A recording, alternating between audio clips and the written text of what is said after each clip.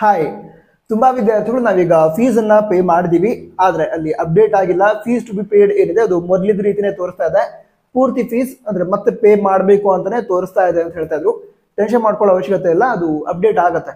ಅಂದ್ರೆ 1 hour 2 hour wait ಮಾಡಿ, ಅದರೊಳಗಡೆ ಅಪ್ಡೇಟ್ ಆಗುತ್ತೆ, ಸರಿ ಆಗತ್ತೆ. ನೀವೇನು ಫೀಸನ್ನ ಪೇ ಮಾಡಿರ್ತೀರಾ, ಸರಿನಾ?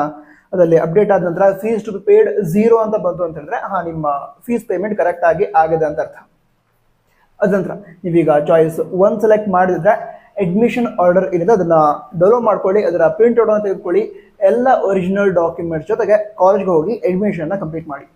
ನಂತರ ಎಂಜಿನಿಯರಿಂಗ್ ಕೋರ್ಸಸ್ಗೆ ರಿಲೇಟೆಡ್ ಅಥವಾ ಈ KCD ಕೋರ್ಸಸ್ ರಿಲೇಟೆಡ್ ಯಾವ ವಿದ್ಯಾರ್ಥಿಗಳು ಚಾಯ್ಸ್ 2 ಸೆಲೆಕ್ಟ್ ಮಾಡಿದ್ದಾರೆ ಅವರು ಕೂಡ ಫೀಸನ್ನ ಪೇ ಮಾಡಬೇಕಾಗತ್ತೆ.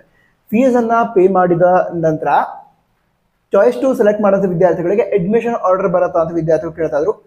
ಇಲ್ಲ, ನೀವು ಚಾಯ್ಸ್ 2 ಸೆಲೆಕ್ಟ್ ಮಾಡಿ ಫೀಸನ್ನ ಪೇ ಮಾಡಿದ್ರೆ ಅಡ್ಮಿಷನ್ ಆರ್ಡರ್ ಬರಲ್ಲ. ನೀವು ಜಸ್ಟ್ ಫೀಸ್ ಪೇಮೆಂಟ್ ರಿಸಿಪ್ಟ್ ಅನ್ನ ಇಟ್ಕೊಂಡಿರಬೇಕು.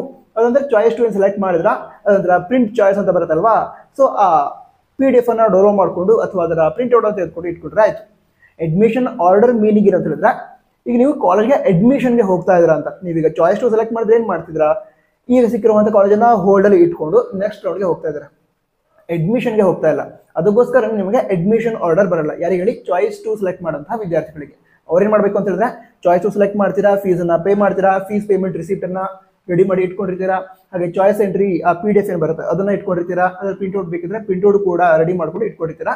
ನಂತರ ನೆಕ್ಸ್ಟ್ ರೌಂಡ್ ಸೀಟ್ ಅಲಾಟ್ಮೆಂಟ್ ಏನಿದೆ ಅದಕ್ಕೆ ವೇಟ್ ಮಾಡಿದ್ರೆ ಆಯ್ತು, ಸರಿನಾ?